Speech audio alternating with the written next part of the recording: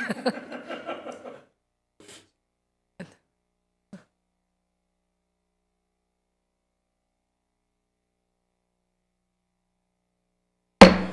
like to call this special council meeting to order. The land acknowledgement will take place when we do the council and committee meeting immediately following this meeting. Madam Clerk, the roll call. All members of council are present, your worship, with the exception of Councillor Christensen. Thank you. There's no addendum, and the announcements will be deferred until the council and committee meeting. Are there any declarations of pecuniary interest? There being none, we have a motion on the floor that was adjourned from November 21st to, postponed, adjourned to tonight. That was put on the floor by Councillor Noyes. Are there any questions or comments about going into closed session to deal with the issue of 214 Windmill Point Road South? If not, all those in favor? That is carried, so we'll go into closed session right now. Mayor, I have a motion here that we'll now hold a closed session meeting at. So don't we have to do that first? Oh, okay. So That was previously moved. Okay, so this is just here. It was just to remind you that you'd already done it.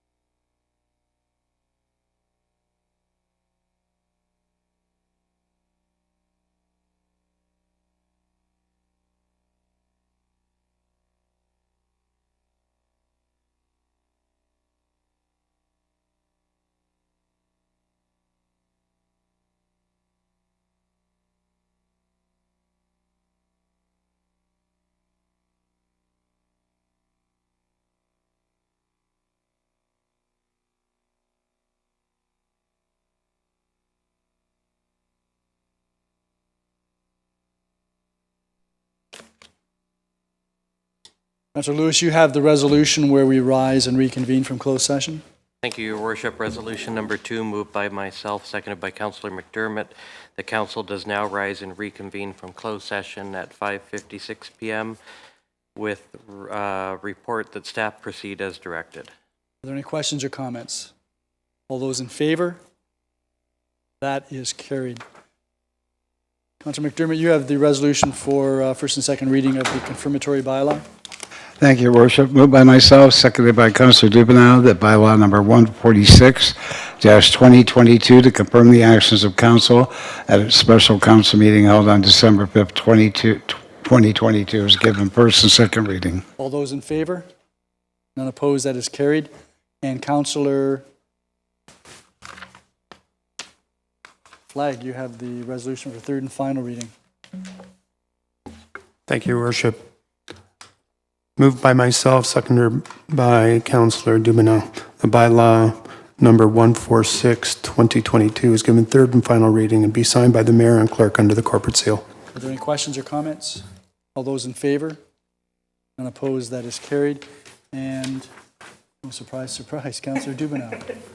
Yeah, thank you, Your Worship. Moved by myself and seconded by Councillor Flagg that council adjourns at 5:58 p.m. to reconvene into a regular meeting of council on December 12th, 2022.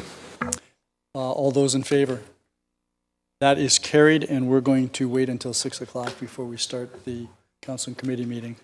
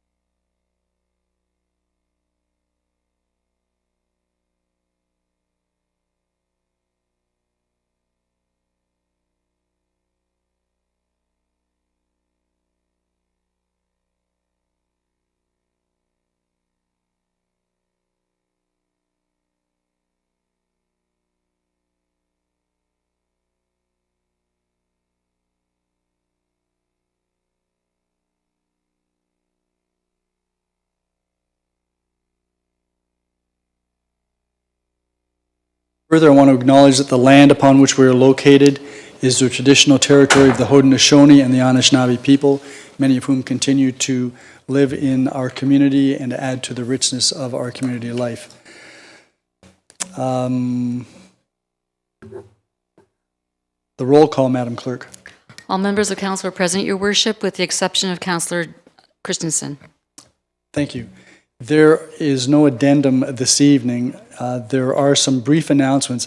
Just wanted to comment briefly on 4 events that occurred in various locations of our community over the past week.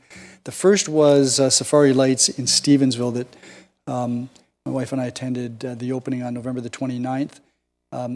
Toys are being raised for the Canettes, and Safari Niagara is also raising food for funds for an organization that provides food for those in need of food security. It's a fantastic show, so anyone who's interested in attending, you would be assisting in those initiatives. Second thing was the Spirit of Christmas in Ridgeway last weekend, December 2nd and 3rd.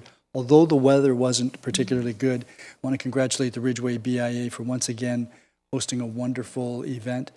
Started off with the lighting of the Christmas tree on Friday evening and a number of elementary school choirs singing in the Ridgeway Square.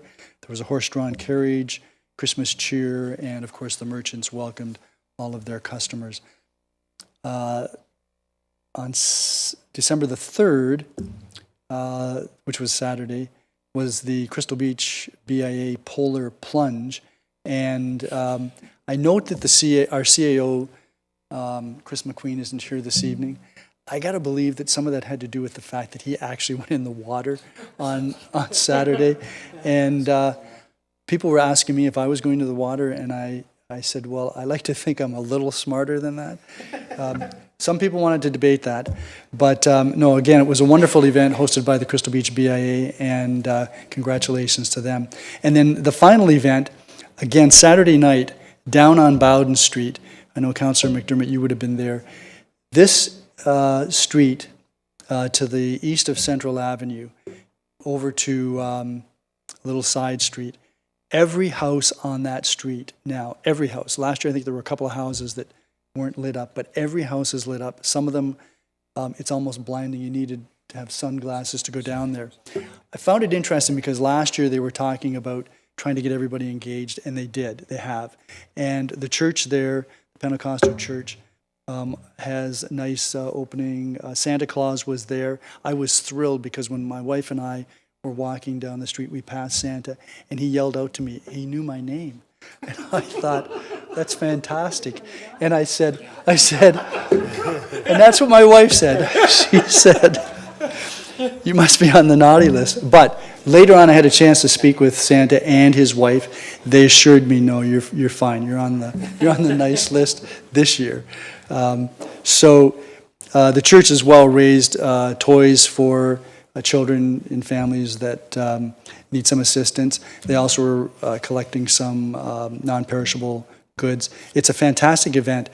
A couple of years ago, or 3 years ago, maybe before the pandemic, we talked about, wouldn't it be neat if we could get some type of competition throughout the community? And driving through the community now at night, I know there are a couple of neighborhoods that have done this, so that there are several. There's Pettit Road, there's one of the courts on the west side of Gorham Road going into Ridgeway has them. There's another neighborhood that I noticed. So I think I'm going to try to get some photographs of some of these streets and get something out in the social media. I see Kevin Beauchamp's head just came up. He's interested in that too. So that was fantastic, and it really speaks well of the community, the people in the community, the business organizations, and people caring about others. There's a lot of other Christmas events coming up in our town, and I encourage everyone to participate, get out. We've got some of those on our town's website. There's information on social media, and everyone should take advantage of those. I wanted to mention as well that we've been getting telephone calls here at Town Hall, and I know that some of members of council may have been receiving them about this issue about dog licenses. And I want to let the public know that you don't go to the Fort Erie SPCA to get a dog license. The Lincoln County Humane Society, which obtained the town's animal control contract in May of this year, is responsible for dog licenses. They've made arrangements for Ruffins on Concession Road in Fort Erie and Thor's on Dominion Road in Ridgeway to assist people to get those licenses. It's all done online. If you're tech savvy, you can do that from your own home. If not, you can go to either one of those places. I understand that if necessary, Lincoln County Humane Society will actually make a special trip to provide assistance to individuals who want a dog license. We have a lot of dogs in town, a lot of people that have dog licenses. Do not go to the SPCA. They're not issuing dog licenses. They're telling people that they should come to the town hall or call the town hall or call the mayor. That's not really helpful, and it just makes it more complicated for people who want to get a dog license. So Lincoln County Humane Society, Ruffins, or Thor's. Now my real announcements. This has to do with Bill 23, the More Homes Built Faster Act. There have been several statements made by the Premier and the Minister of Municipal Affairs and Housing recently relative to Bill 23, More Homes Built Faster Act, that was passed into law on November the 28th. that insist on a response. Number one, the Premier and his minister have set a target of 1.5 million new housing units to be constructed over the next 10 years. The provisions of Bill 23 remove planning responsibilities from some regions, including Niagara, and conservation authorities, and reduce public consultation into a number of planning processes, while permitting some housing construction and development without the need for municipal review or approval. The premise is that these changes in planning processes are necessary in order for the government to meet its housing targets in the face of current growth and the anticipated influx of millions of newcomers to Canada as a result of the federal government's stated intention to admit 500,000 immigrants per year into our country. The Premier and his minister have completely ignored the fact that there may already be as many as 500,000 approved or draft-approved housing units for construction across Ontario. In Fort Erie alone, about 2,800 housing units have been approved or draft-approved. This represents the equivalent in Fort Erie an over 8-year supply of housing at the current rate of issuance of building permits. At least 2 subdivisions in Fort Erie have been serviced, one in Crystal Beach between Schooley Road and Elmwood Avenue, south of Rebstock Road, and one in Crescent Park east of Pettit Road, just north of Garrison Road, but they remain dormant with no construction taking place. Are the Premier and the Minister not aware that 1/3 of their housing target has already been met if the government simply required developers to build what has already been approved? Second, the Premier and his Minister state that it is necessary to remove previously environmentally protected lands from the Greenbelt in order for the province to meet its housing target. Yet the Housing Affordability Task Force, handpicked and appointed by the Premier, state at page 10 of the report issued in February 2022 that, quote, a shortage of land isn't the cause of the problem. Land is available both inside the existing built-up areas and on undeveloped land outside greenbelts, end quote. The task force goes on to state, quote, greenbelts and other environmentally sensitive areas must be protected, end quote. Have the Premier or Minister read the report? It would be startling if they have not, since it forms the basis of the significant policy changes in planning in Ontario implemented this year by the government, including Bill 23. Third, the Premier has stated that he does not believe that municipalities will be prejudiced by the loss of development charge revenues that are relied upon to construct infrastructure and amenities necessary to accommodate growth in our communities. He has stated that the lost revenues can be replaced by eliminating waste. The Premier should know that municipalities, which are creatures of the province and completely under the jurisdiction of the province, must balance their budgets each year and are not permitted to accumulate debt beyond provincially prescribed limits. He should also be aware that municipalities have been required by the province to establish asset management plans to identify existing infrastructure and the condition of that infrastructure, how that infrastructure will be maintained in the long run, and how that maintenance will be financed. These costs total millions of dollars, even for municipalities such as Fort Erie. Development charges are part of the funding required to meet those infrastructure needs as growth occurs. The Premier should be aware of the financial challenges faced by municipalities in Ontario and that his government maintains strict oversight of municipal expenditures.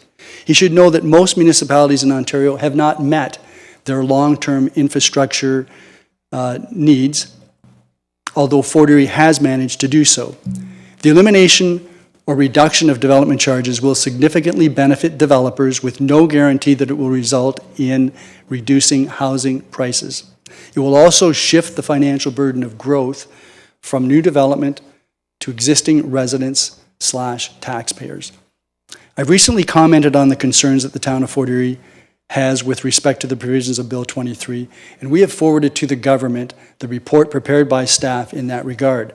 I've personally corresponded with the Minister of Municipal Affairs and Housing about our concerns and what we perceive to be unintended consequences of Bill 23. The question really is, why Bill 23? So with that, are there any declarations of pecuniary interest? Councillor Flagg. Thank you, Your Worship. Under 7.2, item number 13, CAO 18 LC 17 2022 Land Committee meeting. And under 10.4, CAO 14 LC 14 2022, number 14. Those are both properties of personal ownership. You said 10.2? 10.4, business status report. Oh, okay.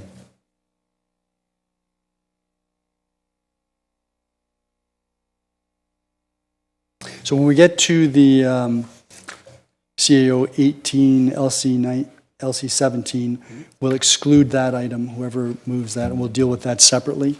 And Councillor, you won't raise any questions with respect to the business status report under planning. Okay. We have some are there any other declarations of pecuniary interest? We have some upcoming public meetings, primarily the budget meetings. The schedule starts this Wednesday, December the 7th, with Council and Budget Committee meeting number 1 that will deal with the capital budget and forecast and user fee analysis. The second meeting will be Wednesday, January the 18th, 2023. That will be water and wastewater operating budget. The third meeting will be Wednesday, February 15th, 2023. That will deal with the library general levy operating budget and assessment analysis. The fourth, if required, will be February the 22nd, 2023. Those meetings all start at 6 p.m. and are held here in the council chambers. There will be budget bylaws presented if everything goes according to Hoyle on Monday, December the 12th, 2022, which will be the preliminary capital budget and user fees. Monday, January 23rd, 2023, the water and wastewater budget and rates bylaw. And Monday, February 27th, 2023, the current levy budget bylaw and general capital budget bylaw. Again, those meetings start at 6 o'clock and are held here in the chambers, and those dates are dependent upon how the budget process moves forward. Public meetings. We have a public meeting this evening with respect to 63 Idlewild Street. And that is, so this is also a hybrid meeting. People can zoom in and address council with respect to the matter. This meeting will follow the process of a member of staff providing council with background information. Council will then be entitled to ask questions of the staff member. After that, the applicant or the applicant's agent may provide us with further information, subject to questioning by the members of council. Then we'll ask if there's anyone in support of the application, if there's anyone opposed to the application, and then we'll finalize the meeting. Mr. Beauchamp, you have anyone in the waiting room on this? Okay.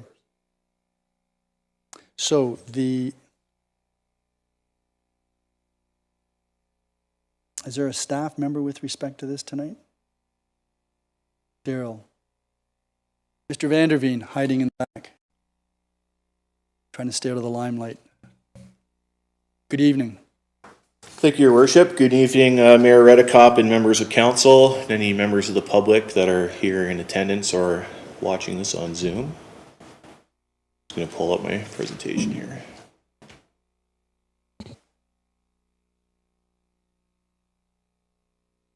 So tonight's public meeting is for the proposed zoning bylaw amendment for 63 Idlewild Street. The owner is Frank Alessio. The agent on the file is Urban Environments, Greg Hind. So this application intends to permit development of 2 semi-detached residential dwellings on the subject property. The existing single detached dwelling and detached garage on the property are proposed to be removed. The proposed zoning bylaw amendment is seeking to change the zoning from residential 2 R2 zone to a site-specific residential 3 R3 zone. A zoning bylaw amendment is required as the R2 zoning does not permit semi-detached dwellings. The site-specific R3 zone proposes special provisions to permit reduced lot frontage, reduced lot area, reduced interior side yard setbacks between the 2 proposed semi-detached dwellings, and increased lot coverage. Notification of the December 5th, 2022 public meeting was provided in accordance with the requirements of the Planning Act by placing a notice in the November 10th, 2022 edition of the Fort Erie Post newspaper. In addition, all property owners within 120 meters were mailed a notice of complete application in public meeting on November 10th, 2022. So this is a slide just showing where we are in the process. So we're about midway. The application was deemed complete on August 31st, 2022. Public information open house was held on September 29th, 2022. No members of the public attended that. Tonight, December 5th, is the formal public meeting and the information report from staff. Following this report, staff plan to bring a recommendation report forward in January 2023. And sometime over February, March, the council will make a decision. If approved, staff will bring forward an amending bylaw and the appeal period will commence. And again, if approved, the applicant will proceed with a consent application. Could be as early as April or May 2023 to create the 4 proposed parcels. The subject property is located in the south end neighborhood of the town of Fort Erie on the north side of Idlewild Street.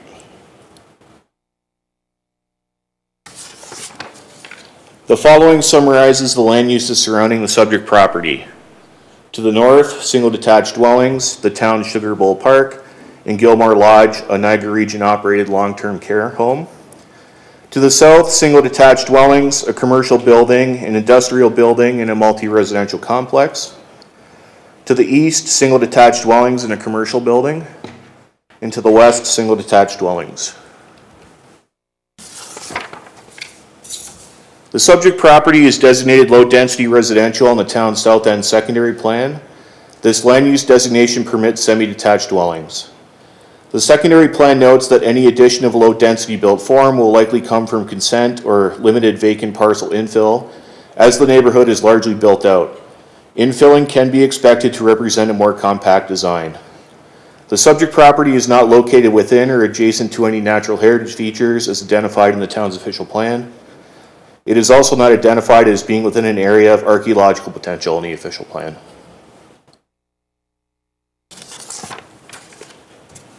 The subject property is currently zoned residential 2 R2 zone in the town zoning bylaw. A zoning bylaw is required as the current R2 zoning does not permit semi-detached dwellings.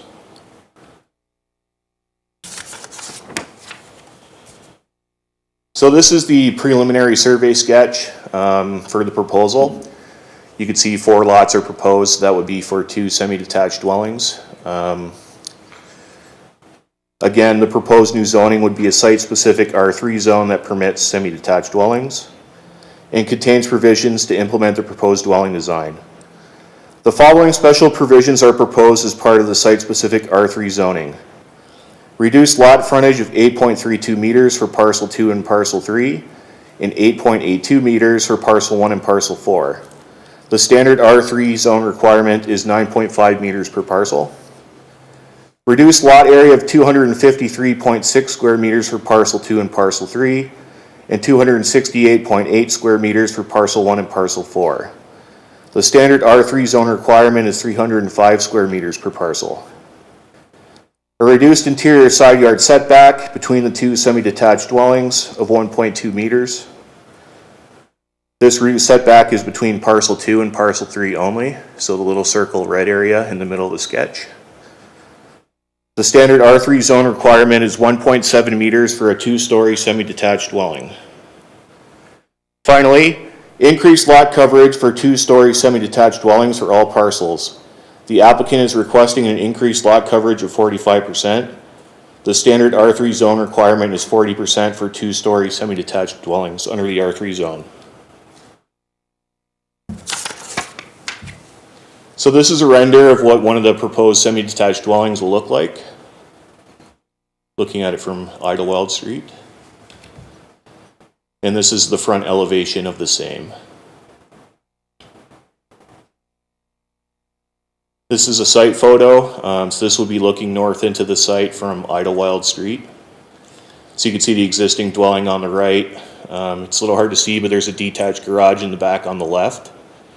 And then there's 4 large coniferous trees there, which are on private property.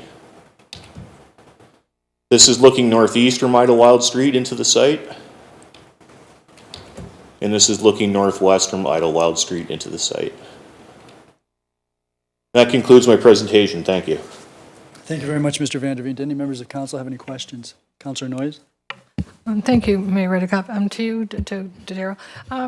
If they're asking for 2 things, right? To change the zoning from R2 to R3. And then they're asking for variances from the R3 that they just got. If we would to approve the R3, but not approve the variances to go that one step further, could they not fit 3 on there and still meet all the requirements of R3?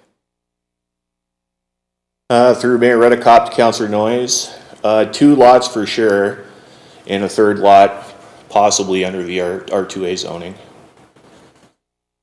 I'm just wondering if they would still need the R3, Yes, that's correct. but they could then, I'm just looking at the Yeah, numbers. because the R3 permits 12 meters of lot frontage. So that is a valid point. Okay, thank you. Was that even discussed with them? Like, why aren't you going for, if we give you R3, why don't you stay within the R3 requirements? Through Mayor Redekop to Councillor Noyes, there might have been some discussion, but their proposal from the start was for semi-detached dwellings, so that's what we proceeded on with. Okay, thank you. Any other members of council? Mr. Vanderveen, do you know, so the trees that were highlighted in the one photo, they're presumably going to be removed. Do you know what the requirement will be for planting of new trees? Will each one of these units require a new tree to be planted? Yes, each new lot would require 1 street tree to my knowledge, and that would be collected as a condition of approval of the future consent application. Right, and then it's just a matter of making sure that we follow up and get those trees planted as quickly as possible. Okay, thank you very much. Doesn't look like there's any other questions of you, so then we'll go to the applicant or the applicant's agent.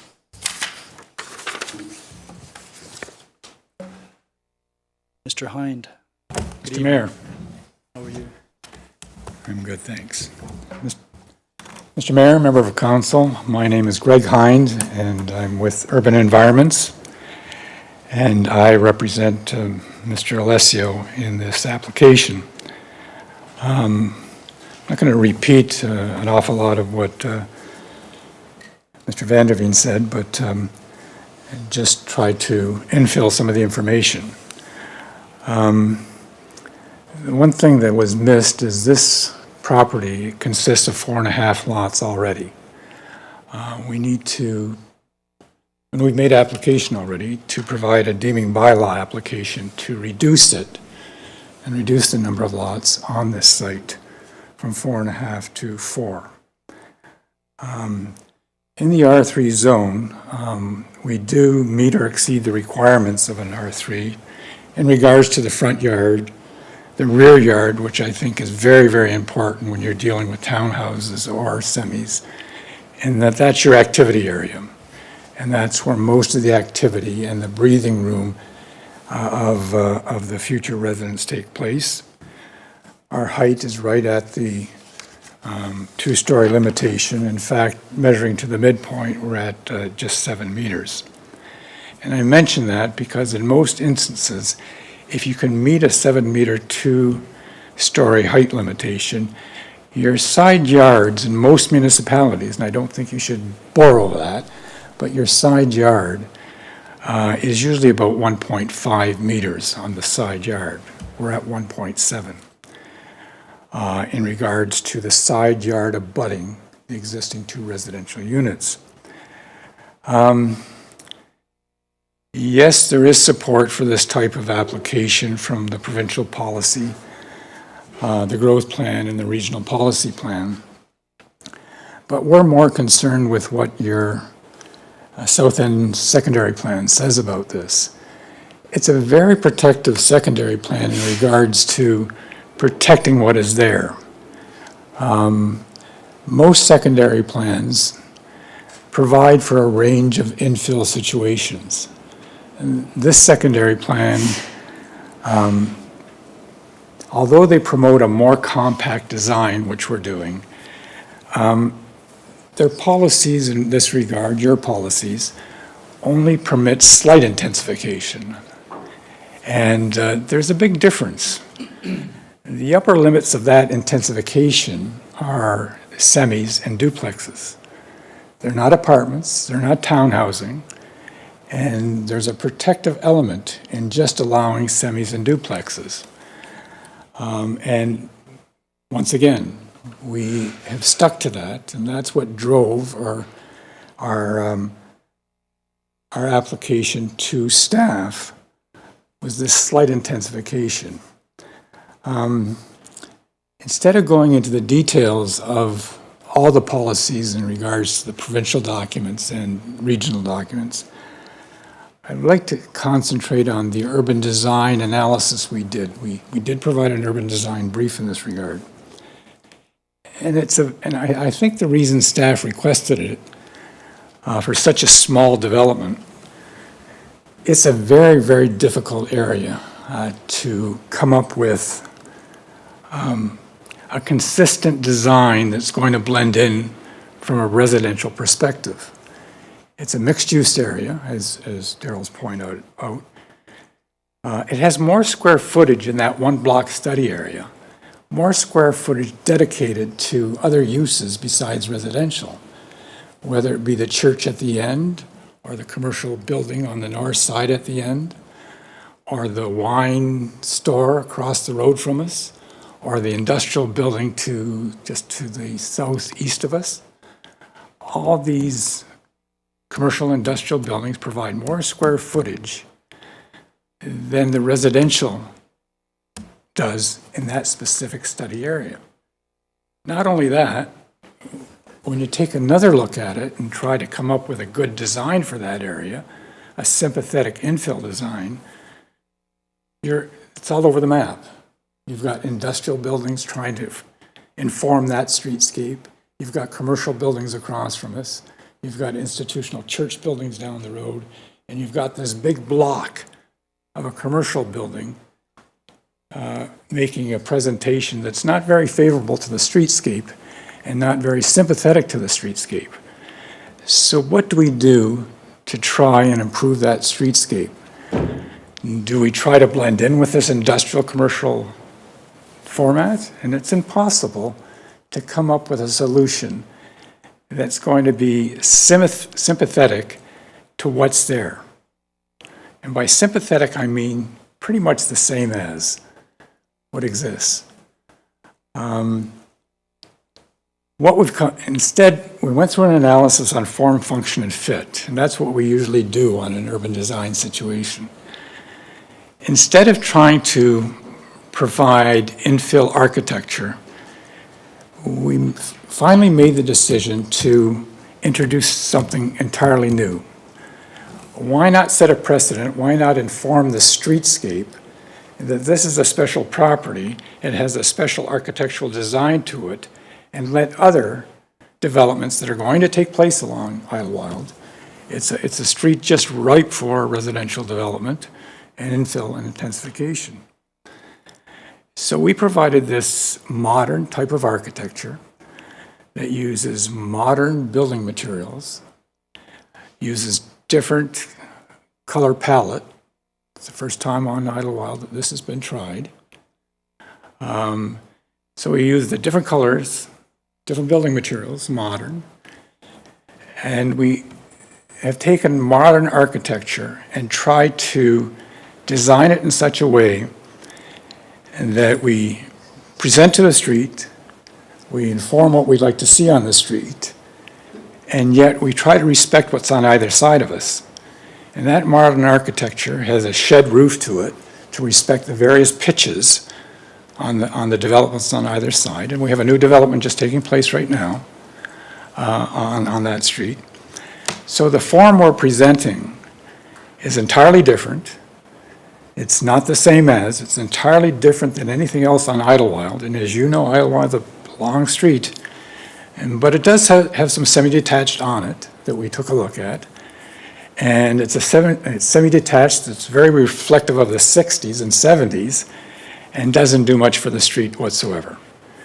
We think what we're presenting to you tonight, in its form, improves the street considerably, sets a nice precedent for what should happen or could happen on that street, and yet it really doesn't affect the function of that site whatsoever.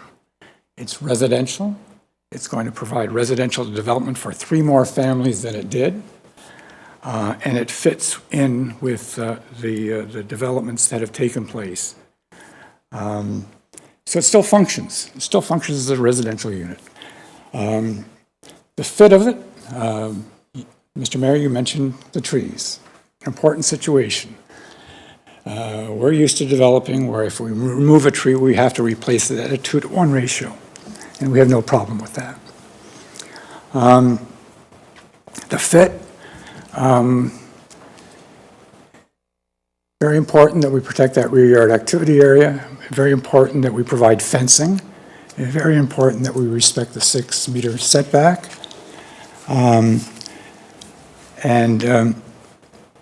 So we think we've provided a good fit. We're going to provide fencing. We're going to provide more trees. Landscaping, lawn, reduce the hardscaping, increase the softscaping. And we know it still functions as a residential property that will contribute to many of the amenities that are in the area. It's in a good location for infill development. It has many of the amenities that can be taken advantage of, including the public transit. We think it meets all the tests from an urban design point of view in regards to contributing to the streetscape. It's a good design and it implements the policies and represents sound planning options for this neighborhood. And those are my preliminary comments, and if you have any questions, I'd try to answer them. Thank you. Thank you very much, Mr. Hind. Any members of council have any questions? Appreciate your analysis of the urban design. It's very interesting. Thank you. Very thoughtful. Okay, that takes us then to anyone who wishes to speak in support of the application other than the owner or the owner's agent. And Mr. Beauchamp, do we have anybody waiting in the waiting room that would like to address this after I get Mr. White up to the podium? Mr. White, please come forward. Good evening. Good evening. Thanks very much, Mr. Mayor and council members. I am not an agent working on this project and have no financial interest in it whatsoever, but am very familiar with it, having fairly recently presented a severance and zoning bylaw amendment for the property immediately adjacent and to the east.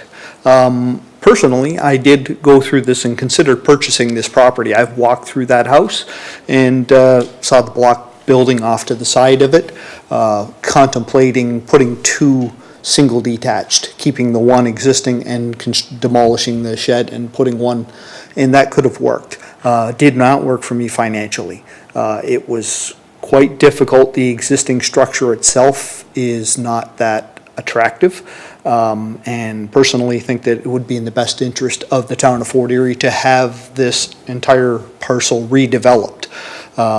The basement walls are coming in. They have been rectified and reinforced, but it's not the type of place that I think really showcases Fort Erie for the town that I know it to be. The development as proposed is very innovative and creative, and I think it accomplishes several good planning goals, including what can be affordable housing. I hear the council and several committees bringing that up frequently. One of the parameters that are used for the sale of property is, $5,000 per running foot. If you can have a smaller frontage and still accomplish that, you're able to sell that. I cannot guarantee what he's going to sell these units for, but they certainly could be more affordable units than would be justified. And increasing the density, I think, helps to satisfy a lot of the provinces, the regions, and the town's goals in a manner that's not as potentially destructive as wholehearted greenfield redevelopment sites. So I honestly believe that this type of development is in the best interest of the town of Fort Erie and should be seriously considered. Thank you. Thank you, Mr. White. Before you go, are there any members of council that have any questions? It's nice to see that planners are collaborating. Thank you. Is there anyone else? So I'm going to assume that there's no one else in the room that wishes to speak on this point. Mr. Beauchamp, is there anyone in the digital waiting room? There is, Your Worship. I'll let them in now. That person wishes to speak in favor or against? Let's ask if it's someone who wishes to speak in favor. Is it only one person? It is. It's Jeff. Okay, so then let's get him in. We'll find out whether he's for or against.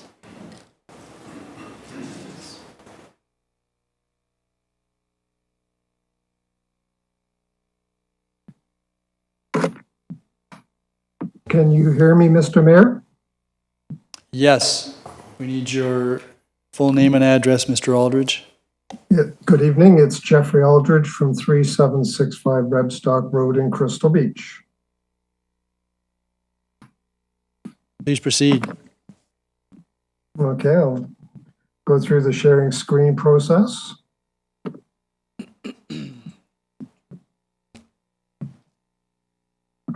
Good evening, Mr. Mayor, councillors, and members of public. Before I start, Mr. Mayor, I would like to commend you, if I may, on your letter to the government about Bill 23. I thought it was excellent, and I certainly hope it gets the results that we all desire. One other technical note, as I was watching the presentation from Mr. Vanderveen, I was only able to see him. I couldn't see any of his presentation. I knew what he was doing, but other people in the public may not have been able to see that. So I am here tonight to oppose the rezoning and amendments, not the rezoning, just the amendments for 63 Ottawald. So why am I here again? At the most fundamental level, I do not like how overdeveloped Fort Erie is becoming and is only going to get worse. This is a sentiment shared by many of the residents of the town.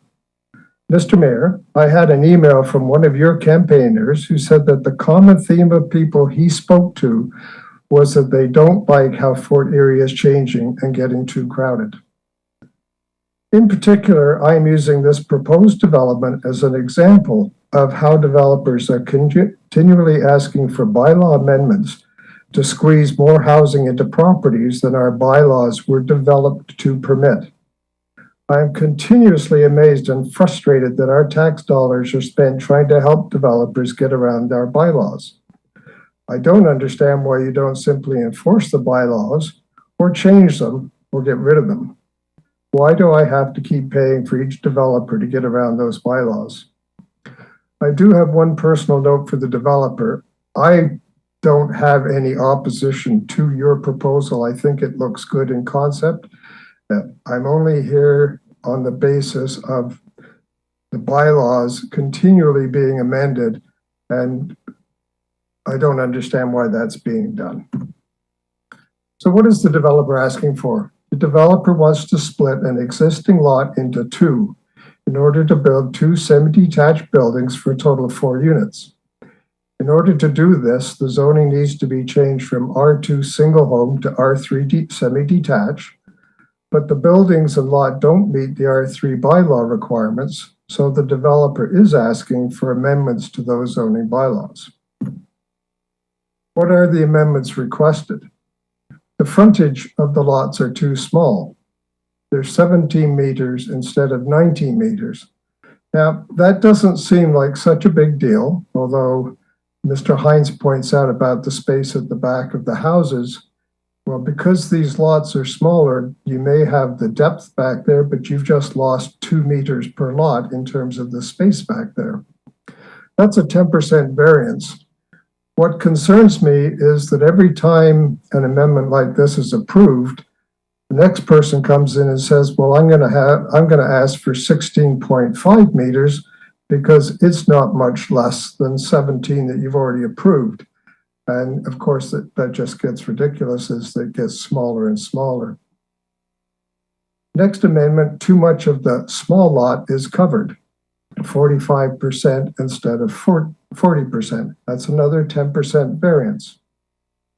And thirdly, there's not enough side setback.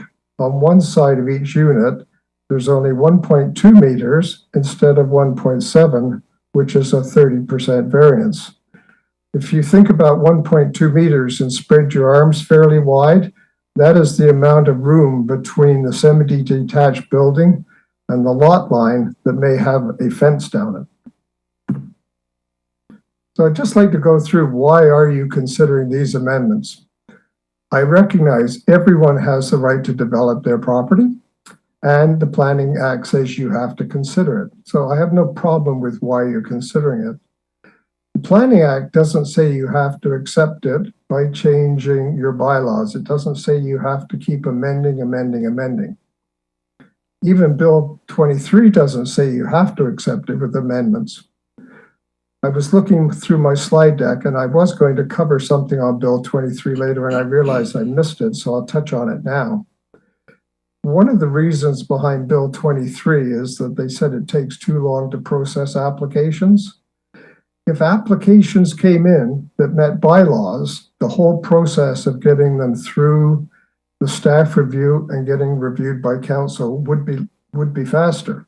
So one of the things that can make Bill 23 work better is by insisting that applications come in that meet the bylaws. The information report that's being presented tonight. The purpose of the information report is to provide you and the public with information about what the application is proposing and if and how it fits or doesn't fit into all the various regulation goals of the town. The developer wants to split the land into two lots, put two buildings on it with certain things that need to be changed in the bylaws. The following slides will identify what I didn't see in the report that would help me understand. This is a quote, which I won't read, from the only person who responded to this application.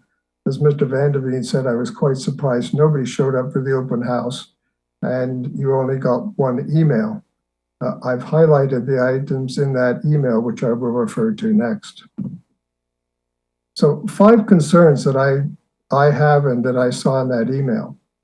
The first one, what is the benefit of rezoning applications? This was well answered in the information report.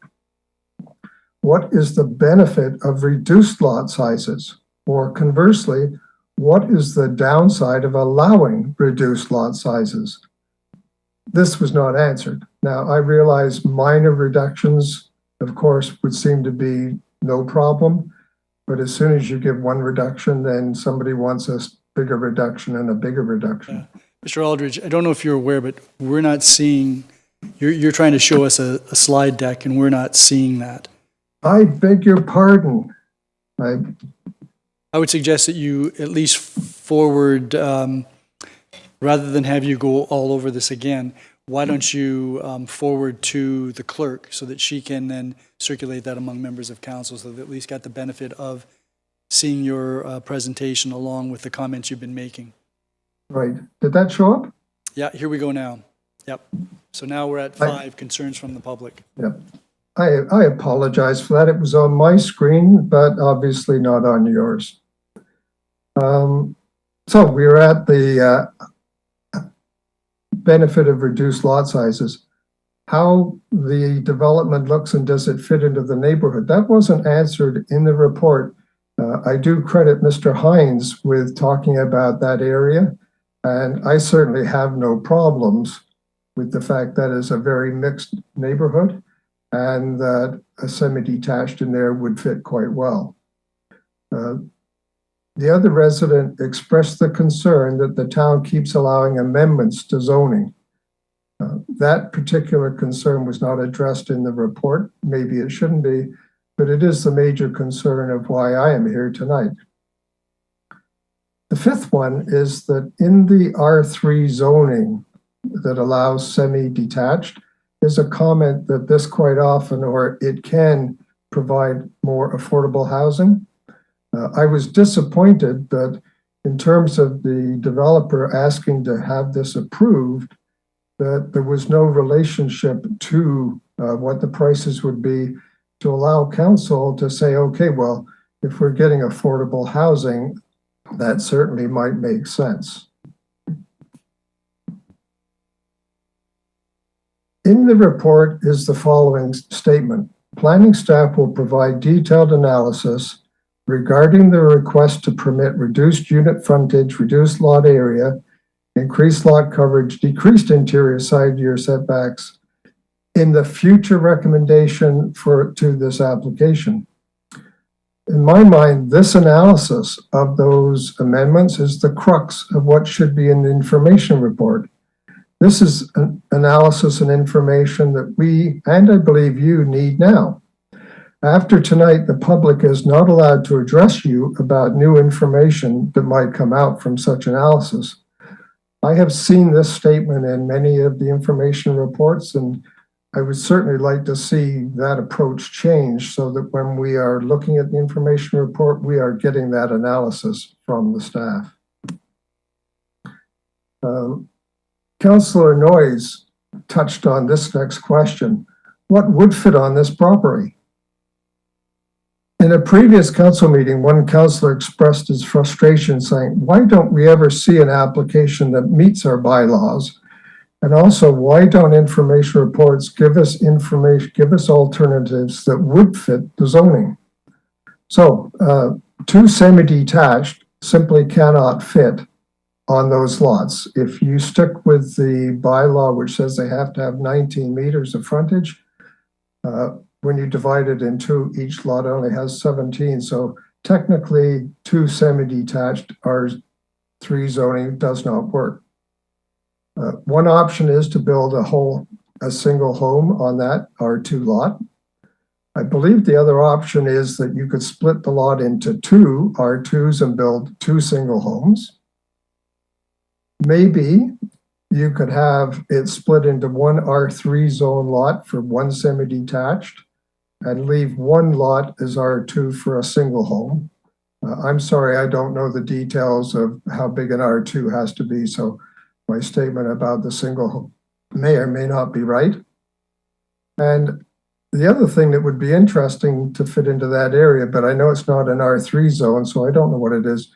A townhome of 3 or 4 units might be an appropriate design for there. What are your motivations to agree to these amendments? Well, you want to make sure you get development fees from as many units as is appropriate. You have the ongoing taxes from those properties. You've got precedents that you have to worry about that say, well, he got it, why shouldn't I? You have to align with Ontario plans. And the other thing is that if it gets challenged, you probably don't want to go to the Ontario Land Tribunal. What reasons are there to not allow the amendments? The residents of Fort Erie, in general, I believe, are concerned with overdevelopment. Once again, you either have bylaws and you stick to them or you don't. I would like to see you start setting new precedents for developers to submit applications that meet the bylaws. Less taxpayer dollars to process, and make it easier for future application to be accepted so that they go through faster. And yes, I believe in showing opposition to Bill 23 and not just letting these all go through. Conclusion. You've all just been elected by the Fort Erie people that I think want to see development slow down and rationalize. I hope you will listen to those residents. Here's a typical comment from one of the neighbors I keep updated. Thanks for trying to keep Crystal Beach, Fort Erie, the town we know and love. Bylaws, use them or lose them. I would like to make a recommendation, although, of course, Mr. Mayor, it may not be my place to do that. Make this developer and all developers adhere to your bylaws. Work with this developer and come back with a recommendation that meets the bylaws, and if not, deny the application. So thank you very much. Until next time. Thank you very much, Mr. Aldridge. Just the one point, the developer pays the cost with respect to processing all of this, so taxpayers aren't covering the cost of the application or the processing of it. Councillor Dubanow. Yeah, thank you, Your Worship, and through you to Mr. Aldridge, thank you very much. It's good to see you this evening, even though you're virtual. We always see you in that headset there. It's certainly a look we're familiar with. I have one question for you. You mentioned that you had comments from neighbors. I did read the report. I didn't see any comments there from anyone I'm familiar with in the area.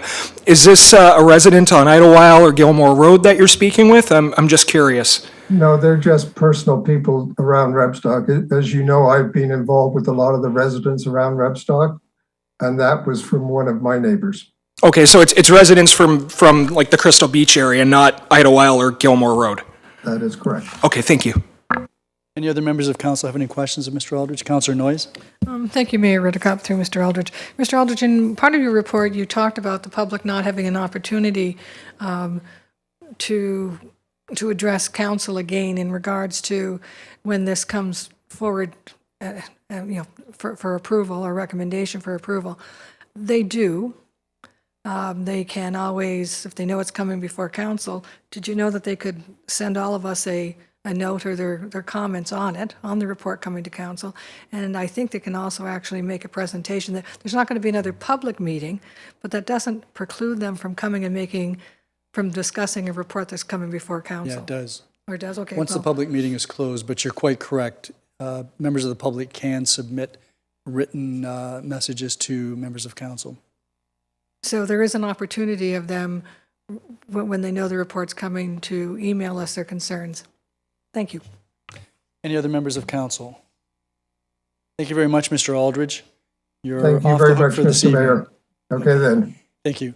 Mr. Beauchamp, is there anyone else in the digital waiting room that wishes to address council? Okay, thank you. Then I'm going to declare this public meeting closed, and that takes us to report PDS 74 2022. Can I have a mover for that? Councillor Dubanow? Are there any questions or comments with respect to the report? Councillor Dubanow? Yeah, thank you, Your Worship, and I'll make my comments brief. I'm going to be supporting this to proceed to a recommendation report. I had an opportunity to look at the parcel fabric of the area, some of the existing zoning. The points brought up by Mr. Hind? Thank you. He did make some good points about the uniqueness of that street. I have, friends and family who live in that area of town, and, you've got a church there, you've got some industrial, you've got some commercial. It's a real interesting mix. And you've also got properties directly to the south that are already zoned R3. As I read through the report, I tried to see if there was any comments from residents in the neighborhood, be it on Gilmore Road, Idlewild, in that area. I didn't really see anything. And if I may, Your Worship, just through you perhaps to Ms. Delwaria or to the clerk, did we receive any comments from individuals or any input or any thoughts from anyone who actually lives in that area? I did see the one resident. I know who they are. They don't live in that area, and we had Mr. Aldridge as well speak to this, but I'm just wondering, anyone who's directly impacted in that neighborhood, did they express any concern? Ms. Delwaria? Your Worship, to the Councillor, no, we haven't received any comments from the area resident. We had the open house meeting. It was not attended by any of the area residents. We have not received any emails or any written communication. Okay, thank you. Yeah, I think at this point, I feel comfortable supporting this to proceed to a recommendation report, and certainly as we continue to have the dialogue back and forth with the proponent as well as the town and other interested parties, I'm sure if there's any individual tweaks, we can bring that to the final recommendation report, but I'll be supporting this evening, Your Worship, as the information report. Thank you. Councillor Dubanow. Any other members of council? I'm going to call the question. All those in favor of the recommendation in the report? That is carried. That takes us to the consent agenda, and I'm going to remove report CAO 18-LC 17-2022 so we can deal with that separately due to Councillor Flagg's declaration of pecuniary interest. Are there any other reports that anyone wishes removed from the consent agenda? Then Can I have a mover for the balance of the reports? Councillor Lewis. Any questions or comments with respect to any of those remaining reports in the consent agenda? Councillor Noyes. Thank you. In regards to PDS 76-2022, the Hook Crescent Development Agreement, I do know, and I think it's coming up later on too, how much is this development paying for the improvement to Warwick and Hook Crescent? I know it's like 250 meters or something, 275 meters? What is the cost? Yeah, well, no. I think they're assuming some of the development agreement, I think, is the developer is assuming some of the costs for that. Exactly. They're all outlined in the report. Yeah, and I'm just wondering, are they assuming all the costs? Because Is the town contributing cost towards the road reconstruction? yes. Mr. Waltz, you heard Councillor Noyes' question. Yes, I did. Through you, Mr. Mayor. No, the town is not contributing. Anything further, Councillor Noyes? Yes, I wanted to talk about the land committee minutes of November 24th, where it talked about. We're going to be dealing with that's those later. separately Okay. because of Councillor Flagg's. Okay, community nothing then. interest. Thank you. Anyone else?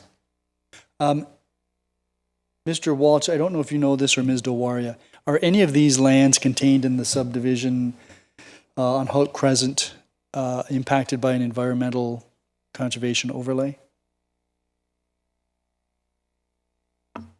Your worship, I could maybe try to answer that. I don't think so any of that is impacted by heritage, natural heritage features. The zoning was already approved in 2005.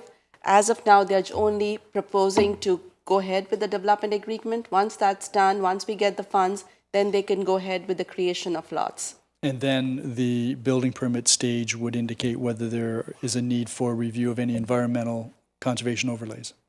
If there are any features, then that could be dealt at that stage, yes. Right. Okay, great. Thank you. Any other questions? If not, then I'm going to call the question with respect to the two reports in the consent agenda, the other one being with respect to an amendment to the Alliston Woods Phase 1 subdivision agreement because of a need to describe all of the road allowance lots. All those in favor? None opposed? That is carried. Can I have a mover for report CAO 18, LC 17? Someone? Councillor Noyes. All holding back. So we're going to deal with that report with the exception of item 13 under new business, which is the item that Councillor Flagg has indicated he has pecuniary interest in. Are there any questions or comments with respect to the balance of that those minutes? Councillor Noyes. The Fort Erie Tennis Club, that's number 3, right? Yep. And yes. I just wanted to make a comment. I did have an opportunity of looking on the website, and I do see that, what the fees are for individuals and things like that, but I did see also that out of town or non-residents, any additional fee was crossed out, so I'm assuming that means that there are no additional fees if you're a non-resident of Fort Erie. If I'm looking at the website, don't know how up to date, and I see the staff report is also indicating that there needs to be more information, and I think more information will be coming to us before we approve the $150,000 request. That's correct. That was an issue of discussion, and so that will be coming back. I'm also wondering if it's possible to find out what their budget is for the year, like in regards to membership fees and things like that. I'm not sure. I didn't have a chance to talk to Ms. Grest to see if they have a bingo also. Yeah, that's information that the acting CAO will be making notes on, so that when the next land committee deals with this, that'll be information that will be included and available to land committee members. You've got that, Mr. Jansen? Okay. Yeah, I see Councillor Dubanow. I'm pretty sure they do have a bingo, and I do understand then how they can spend their bingo allotment is limited in regards to things, but I would like to see their budget and where they're putting it. And also if the pickleball court would then become public, from what I understand. It's not going to be a private pickleball, but a public. So the issue, I mean, there's an issue as to the access of the public to all of the tennis courts, and I know that there's some type of arrangement, but that was part of the additional information that we would need, and you're correct. The municipality is making additional investments in these racket sports, then that's a matter of concern. Thank you. Are there any other questions with respect to the balance of the minutes of the Land Committee? Councillor Lewis. Thank you, Your Worship. Actually, a couple of questions that I will take up with staff afterwards. But one question with the item of Church on the Beach. I noticed at the bottom it mentions the list of speakers provided to the town as soon as possible. And I'm just wondering the purpose of? Do we vet who's speaking? No, I think that was to get an indication of what the potential crowd size might be. Mr. Jansen, did you have any further insight into that? I think that was the reason for that. No, we certainly don't review or censor, no. No, I don't know if that was in the memo that was attached to that meeting or not, but we can follow up to make sure.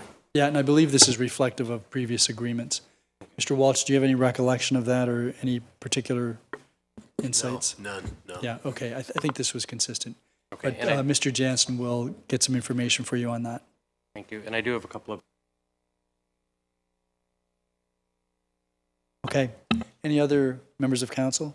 Okay, then I'm going to call the question on the balance of the minutes of the November 24th Land Committee meeting, save and accept the issue relative to Councillor Flagg's pecuniary interest.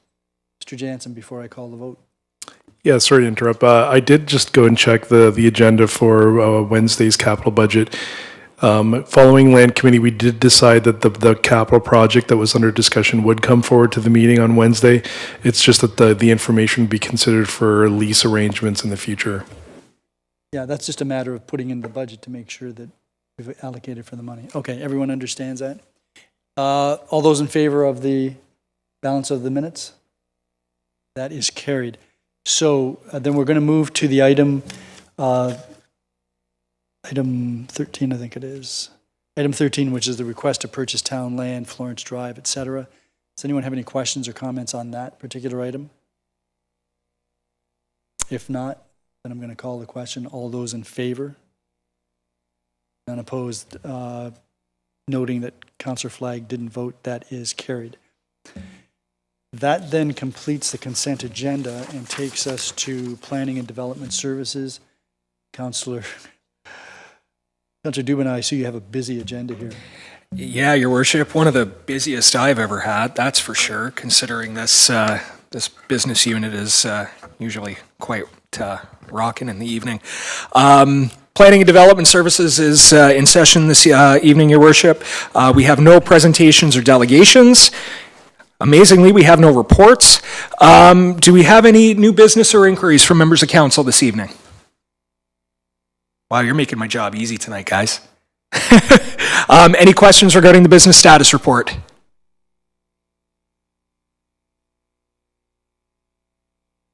Can you put your hand up? Oh. I have a question. Certainly, Your Worship. Do we anticipate that all of these items are going to be moving forward next Monday night? Ms. Delaware? Your Worship, most of them would be. There might be some, like the deeming bylaw may be pulled back, but I'm anticipating the Ridge Road would be going ahead. Bill 23 report, I don't think so that's going ahead. Pettit Road would be back. We have Garrison and Black Creek, yes. All those reports would be coming back on December 12th. Your Worship? No, that's fine, thank you. Just wanted to gauge how long we would be here and whether I should be bringing lunch or late supper. Well, that's the thing. You take the quick nights when you can, and then what was it, the phrase, feast or famine? So I think we got a little bit of famine tonight, ready for the feast later, or vice versa, depending on your context. Any other members of council have any questions about the business status report? I'm seeing none, Your Worship. I hand the chair back to you. Thank you. Thank you very much, Councillor Dubanow. Very, very efficient, and I believe that the strategy of staff was to make sure that the first couple of meetings were quite short in duration so that the new councillors would think that this is a piece of cake. Yeah. Bring your pajamas next Monday. That takes us to Infrastructure Services, Councillor Noyes. Thank you. I think I'll be as efficient as Councillor Dubanow. Infrastructure Services is now in session. There are no presentations and delegations. There are no reports. Any new business inquiries? Seeing none, that brings us to business status report. Any questions or comments? Nothing on it. Seeing none, Infrastructure Services is no longer in session. I'll turn the chair back over to you. Okay, new record for this term. We'll have to, yeah. Okay, that takes us to Corporate and Community Services. Councillor McDermott. Yes, thank you, Your Worship. No presentations and delegations this evening. We do have CAO 14, LC 14, 2022, land matters that was previously moved by Councillor Dubanow on October 3rd. Are there any comments or questions with regards to this matter? Your Worship. Yeah, do we recall why this was deferred? Why this particular item was deferred? This was the request to acquire. I see. Okay, and that was in her ward. Okay. And there's been no, I presume there's been no additional information that would reflect on this particular recommendation? Who do I go with that one? I'd go to Mr. Jansen. Mr. Jansen? No, I don't recall either.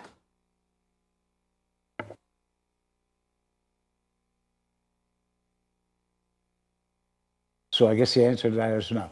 Okay, great. Thank you. You're welcome. Councillor Noyes. I just wanted to clarify, the only thing that we're voting on tonight is recommendation number 1 of appendix number 2. Right. That's all. We're not, okay, thank you.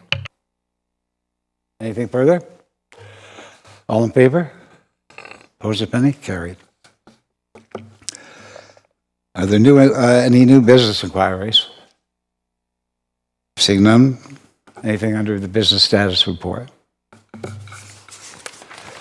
Seeing none, back to you, Your Worship. Thank you very much, Councillor McDermott. That takes us to scheduling of meetings. Any meetings that anyone wishes to announce? Councillor Noyes? Thank you. There's an accessibility committee meeting tomorrow at in the town atrium, and there's also a senior citizens advisory committee meeting on Wednesday morning at 10, and I think that's it. Thanks.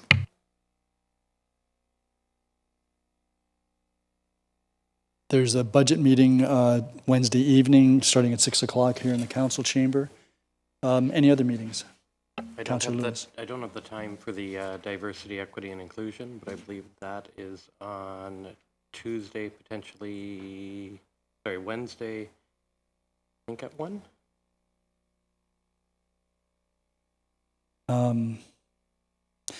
I have it on Thursday at 1 p.m. We'll go with Thursday.